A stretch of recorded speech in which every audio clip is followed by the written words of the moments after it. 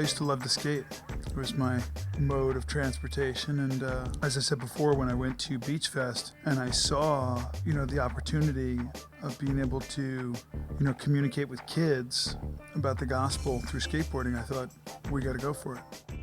It's interesting because it's almost as if Stephen Baldwin was headed this direction and all of a sudden had a complete turnabout. And if I understand it correctly, all of that came for both you and your wife because of a housekeeper. The story goes, a gal named Augusta, older gal from Brazil, which is where my wife's from, was hired to come work as maid, nanny, help around the house type gal.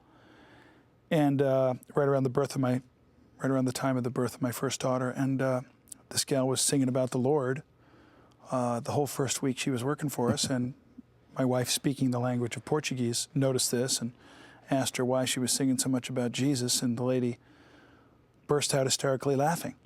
And my wife said, "What's so funny?" She said, "Well, I don't mean any disrespect, but I'm glad you noticed my singing, and I think it's a little bit funny that you think I'm here to clean your house." My wife said, I beg your pardon? Maybe I'm missing something here. The gal explained, this gal Augusta explained that before she accepted the job, she went to her church in Brazil, talked to her pastor, prayed with the congregation, and on that day in that church, somebody received a prophecy that if she had accepted the job and went to work for myself and my wife, that we would come to faith. That's incredible. At some point after that, and at some time after that, would go on and have our own ministry. That is incredible. So when my wife came to faith, about 7 years after that, and as... So this woman came with a prophecy, and she was patient for 7 years. No, this woman came with a prophecy. Okay. Worked with us for 1 year. 1 year, okay. But spent many evenings communicating with my wife. Okay. She leaves. My second daughter's born 4 years later. 2 years after that, this is when we were living in Arizona. I was doing a TV show called The Young Riders, Western show about the Pony Express. We moved back to New York, which is where we were from. My wife starts attending a pretty fiery Brazilian church, comes to faith. That was about... But this woman just planted a seed for a year, went on her way. Went away. And was faithful. That's incredible. That's a remarkable testimony. And of faithfulness and just being obedient to what you believe God's called you to do. Here's the best part of the story, that there was a moment, when my whole life changed. And when I give my testimony, I'll tell people that 9/11 was an event that really changed my life. But 5 years ago, my wife came to faith. And as a result of my watching her have that experience, a year later I did. So that was fulfilling the first half of this prophecy. But I didn't notice it at the time. When you're living it, you're not paying attention. I start searching for the things in Christianity that appeal to a guy like me. Where's the fun? I'm a skydiver and I race motorcycles, and where's the thrill of this faith? And there really wasn't a lot of content out there, where was the Christian skydiving videos?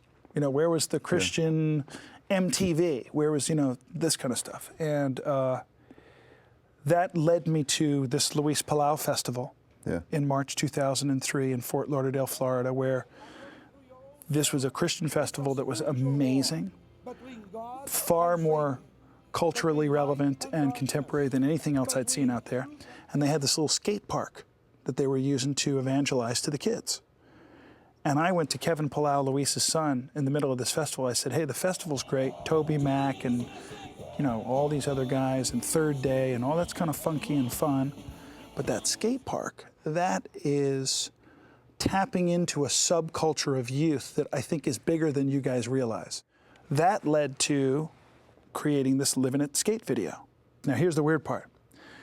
We make the skate video, and as we start distributing, churches are acquiring these videos for their youth groups in a much faster rate that we ever could have expected. Well, I think in the first 60 days, 25,000, and it's up to, what, 100,000 now? Well, in our projections, the goal was to distribute about 10,000 copies in the first 2 years. Wow. We distributed in the first 14 months 90,000 DVDs. So we touched the nerve. the Lord was doing something that we never could have anticipated. But what really was that, again, that moment for me that changed my life was before we finished the editing of the first Live in It, which we have another one coming out pretty quick, one of the guys who works for Palau came up to me and said, hey, we've gotten these 12 requests from churches across the country that are saying, love the DVD, love the skate video, we're going to acquire some, we're going to give them to our youth groups, but we're also curious, will Stephen Baldwin and the skaters, if we pay for it, will they come to our town and put on a skate demo and talk about the whole thing? And we had 12 of these requests before we ever even finished the editing of the first one. And this guy, Dave, who works for Palau, said, what do you want to do? We got these 12 invitations. Will you go? And I said, well, I did it because I want to make a difference and I want to get it out there to the kids. So I think if I get out there and do this, it'll support that. And sure, I'll do these first 12 and we'll see where it goes. And this guy says to me, well, that's great. See, now, Stephen, what we want to do, we've been in ministry for 40 years here at Luis Palau. And in order to streamline and organize all this activity for these 12 cities in your new ministry, what we want to do is, and I went, oh, time out. I said, Dave, I love the Lord, and this is a great thing, and I'm excited, but don't ever refer to any of this as my ministry, because it makes me feel weird, and I'm just not that guy. Yeah. And he looks at me, and this is a real mild-mannered conservative guy, longtime Christian, works for an evangelistic association. He looks at me and he goes, are you done? I said, sure. He goes, can I ask you a couple questions? I said, sure. He said, did you give your life to the Lord? I said, yeah. He said, did you make this video? I said, yeah. He said, you're going to go to these 12 cities and talk about all that? I said, sure. He goes, is it all about Jesus and the gospel of Jesus? I said, yeah, what's your point, buddy? He goes, well, you're kind of new to this. Because what we refer to that situation around here, we call that a ministry, just so you know. Whether you like it or not, that's what it's going to be. In that moment, the next thought that came to my mind was, this completes the second half of the prophecy. Wow. So think about being me in that moment. Here, 13 years ago, a gal came from Brazil, worked in my house as a maid, and said, this is what's gonna happen. I really challenged the Lord. I said, show me.